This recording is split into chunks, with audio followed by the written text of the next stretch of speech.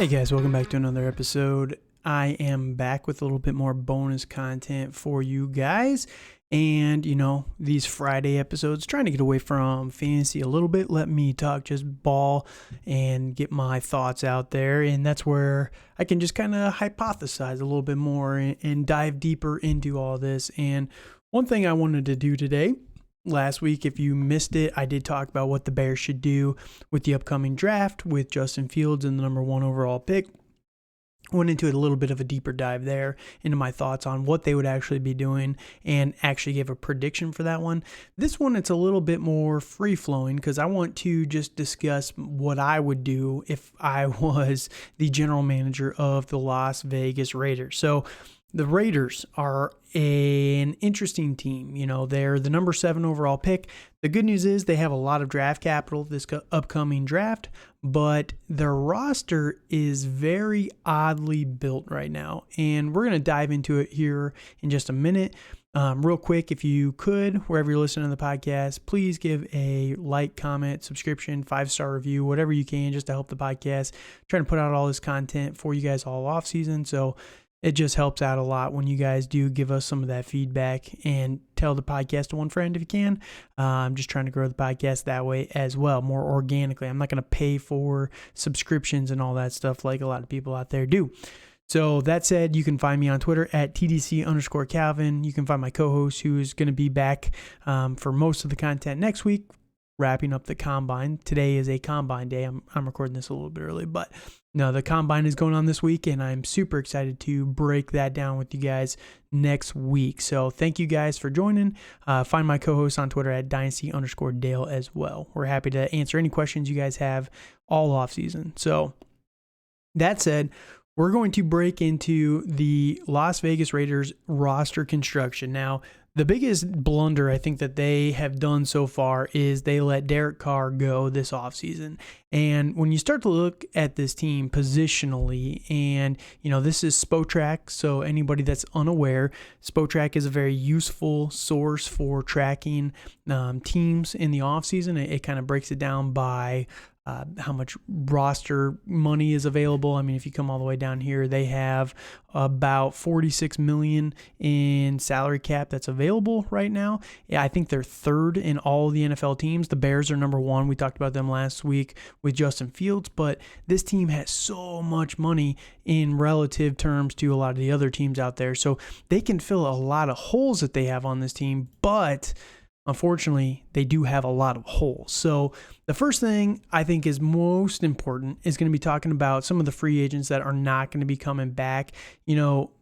I think that Josh Jacobs, as good as he was for this team, there's a lot of talk about them franchise tagging him, and I cannot see that happening because he is just, if you do that, you're franchise tagging him for $10.5 million. That eats up almost a quarter of your salary cap.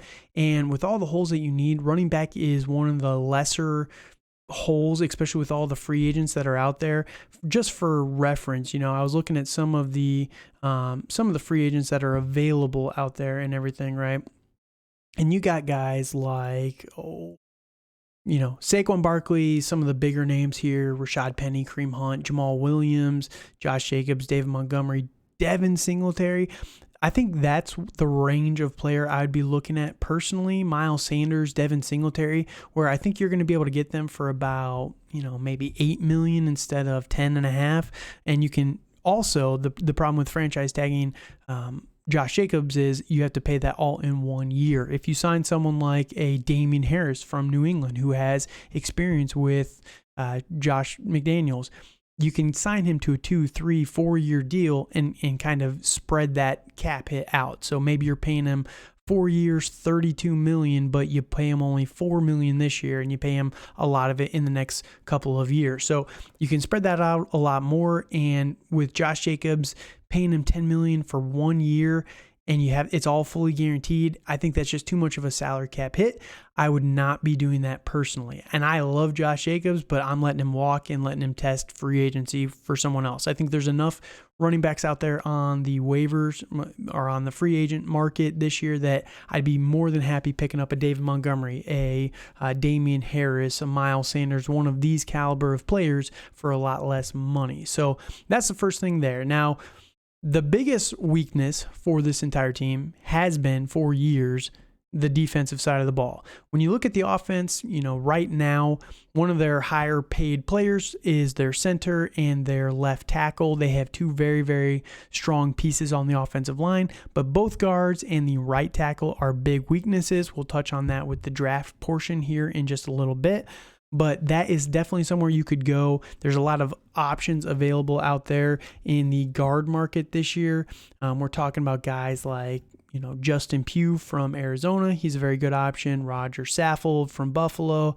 There's quite a few. Dalton Reisner from Denver that you could patch that hole pretty easily on the offensive line side of the ball. So you don't even have to get a premier guy. I think that if you just get a guy, and they did get Dylan Parham, I think it was last year, that, he's kind of developing still a little bit. But if you can go and upgrade maybe the left side of that offensive line, give a really solid left side of your offensive line, that would be the first thing that I would be doing in this offseason. So I would probably be shooting for someone like a Justin Pugh or a Roger Saffold to fill that side. And then I'm bringing in another guy again just to compete on the right side of the offensive line as well. There's a lot of guys you could go. You need a right tackle. So there's a few options out there, but George Fant, Mike McGlinchey, not a lot of top tier options on free agent market, and that's where you could possibly address that with the draft. Again, we'll cover that in just 1 second, but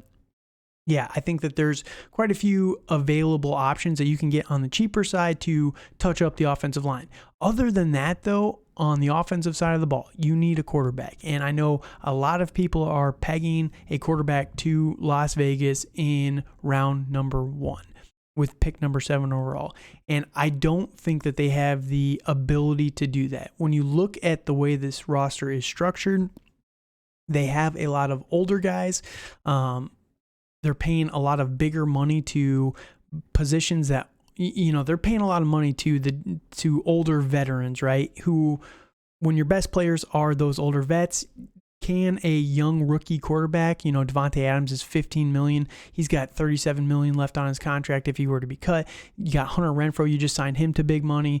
You got the tight end, Darren Waller. You just signed him to a big contract as well. So you're paying a lot of your older veterans a lot of money.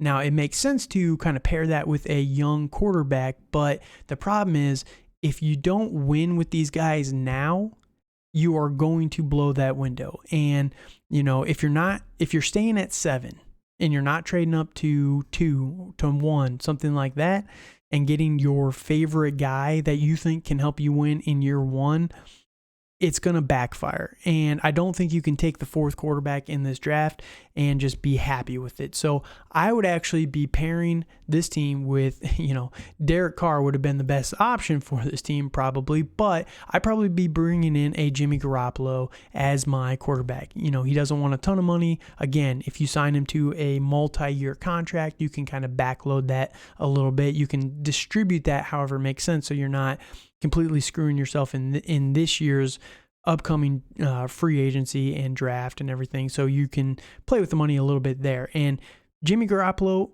I don't love him as a quarterback, but one of the best things he does have going for him is he is a game manager and he can handle this offense. He has a history with Josh McDaniels, and I think that he would be a perfect fit for this team. He's got amazing weapons. We saw what he could do in San Francisco with amazing weapons. And if you take a lot of your free agency money and you just, build out that offensive line, that's your number 1 priority. And then defense, address the rest of your holes in the draft at that point, kind of get some of those young guys that you can hope to develop behind some of the starters. That's what I would be doing first off with this team, because Jimmy Garoppolo will help you win, and what Mark Davis really just wants to do is win a playoff game, and that will keep Josh McDaniels' job. It's just you cannot go into it hoping that you get, CJ Stroud or Anthony Richardson or, Will Levis at 7 and hoping that they're going to save your team. All these quarterbacks, they're rookies. They have a lot of question marks already built into it. And then you're going to hand the entire franchise over to them. It's a good system on the offensive side of the ball. Don't get me wrong, but I just think that it's too risky. I think you bring in a Jimmy Garoppolo, they re-sign Jared Stidham at quarterback, and all of a sudden you're kind of cooking with a little bit of gas. Maybe you take a later round quarterback in the 3rd, 4th round to take a shot on. They have a lot of later picks, so you can kind of hopefully get a guy, a Bryce Purdy for your team, if you will, and just hope that they develop on that side. But other than that, I'm probably going the veteran route at quarterback. I know a lot of people are tying them to Aaron Rodgers. I don't think that they can do that. One, he eats up so much money. Two, it's 1 year, 2 years. At least with a Jimmy Garoppolo, you can have him for a longer period of time than Aaron Rodgers, probably, knock on wood. And again, if you're bad with Jimmy Garoppolo, you can leverage that into a high draft pick next year for Drake May, Caleb Williams, where the quarterback class is a little bit less risky. There's more options, I think, already. And, I think that 2024 is definitely a better class, and it just lets you kind of push the buck a little bit longer on quarterback. So I'd be going Jimmy Garoppolo, Jared Stidham, bringing those two in, letting them compete there, touching up the offensive line in free agency, and then just tackling defense. A couple guys that I would be targeting in the defensive side of the ball. Jonathan Jones, there's the connection from New England. He's a free agent. I don't think New England brings him back. He would help with the cornerback hole that they have on this team. Jimmy Ward, free safety from the Niners. That would definitely help with their safety group on this team. Deion Jones, he's an inside linebacker. And then Bobby Okereke from the Colts. Deion Jones was with the Falcons, got traded to the Browns. Those are two guys that I think could definitely touch up the interior linebacker position for this team, which is definitely a massive issue. I mean, your number one guy is, I don't even know how to say his name, Kanai Muage. Mawaga, I don't really know. I'm probably butchering that. But then your other two guys, Luke Masterson and Darian Butler, you really need linebacker for this team pretty badly. So I'd be targeting that with a lot of my money. There's some decent options out there at linebacker in free agency, and that kind of leads you into the draft. So, free agency, number 1, get Jimmy Garoppolo. Number 2, re-sign Jared Stidham. Number 3, maybe you bring in a Devin Singletary for your running back position. Maybe you pay him like $5 million. You can get him pretty cheaply there, or a Damian Harris, bring in them. And then you just touch up the defense with whatever money you have left available. Get the best guys available to just fill any holes, because there's no position on the defensive side of the ball except defensive end. I know that a lot of people are down on Chandler Jones, but I say that he was more than capable. He wasn't the best, but it's not the biggest need you have on this team. And especially when you look at his contract here, you're paying him $19 million. If you cut him, it's $25 million dead cap. You're not going to trade him. He's too old for that, and it doesn't really save you much money anyway. So defensive end is probably your most solid position on defense, but cornerback, you're paying less than $5 million to all of your cornerbacks. That's not a good sign there. Safeties, again, it's a very weak group of safeties. You're paying less than $4 million for all your safeties. So it's just definitely every position could use a bit of love on the defensive side of the ball. Now, that said, let's transition really quickly into the NFL draft.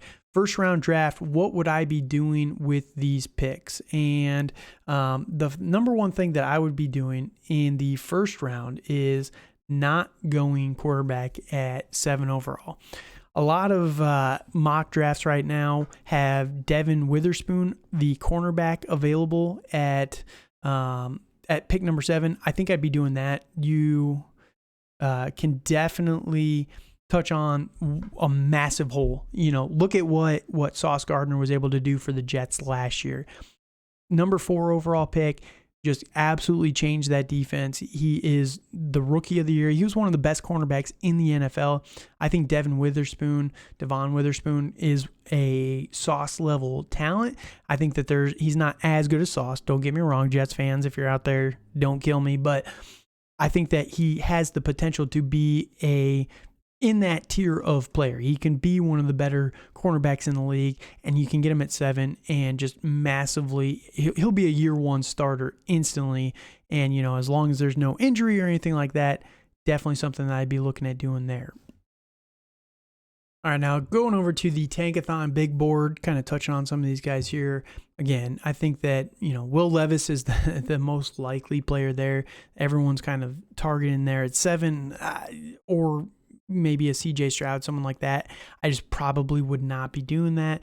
I think Devon Witherspoon at 12 overall, I think is a little bit low for him. So I think he'll be a perfect target. Christian Gonzalez is another popular target there, but I think Devon Witherspoon is just better than him. Now you go to the second round, and I believe they have pick number 36, 37. One player that I really like there in the second round for them, I think he would fill a huge hole on the offensive side of the ball, would be Dawand Jones, the offensive tackle from Ohio State. He played a bulk of his first 2 years as right tackle, and he transitioned over to left tackle. Didn't play many snaps this last season, but he was a very decent right tackle for Ohio State, and he's a big dude, 6'8", 360 pounds. He's a monster. I think he would instantly come in and be an upgrade, at least over who they have there now. And then, depending on how free agency goes, if they fill that position, you'd have somebody developing behind them in the rookie draft here. So there's someone that I would really love to see there. And then the last player that I'd probably be targeting in the first 3 rounds, and this is where I'll probably stop it, because it just gets so, you have no idea how the board's going to fall this early in the offseason. But I'd probably be the number one guy that I've seen mocked to them is Joe Tippmann, another offensive lineman from Wisconsin. Another big guy, 6'6", 320 pounds. But the one guy that I really like, if he's there, Hendon Hooker is a smash at the third round at 70, 76 or so overall, 74, somewhere in that range. But another guy that I really like for this team would be Cedric Tillman. I think Cedric Tillman is he's a more of a long-term approach because you need somebody behind Davante Adams eventually. I think that Hunter Renfrow is more of a slot guy. I think Cedric Tillman would be able to line up opposite of Davante Adams and kind of complement him pretty well. Now, there is the injury risk, but I think that if he's not expected to be the number one guy in year 1, you could let him learn from one of the best wide receivers in the NFL, and hopefully in a couple years, just like with Davante Adams, he said he learned a lot from Jordy Nelson in Green Bay, and Jordy taught him how to play wide receiver very, very well. If you go back and listen to some of his earlier interviews when Davante Adams was earlier on in his NFL career, he attributed a lot of his success as a wide receiver to Jordy Nelson. I think he could have the exact same impact on someone like a Cedric Tillman. I think Cedric Tillman is a very, very good wide receiver, but just really banged up by injury last couple of years, and that's what scares me away from him a little bit. So this is what I would do if I was the general manager. This is what the attempts that I would be making. And then you have, like I said, a million late round picks. You go and look at their team.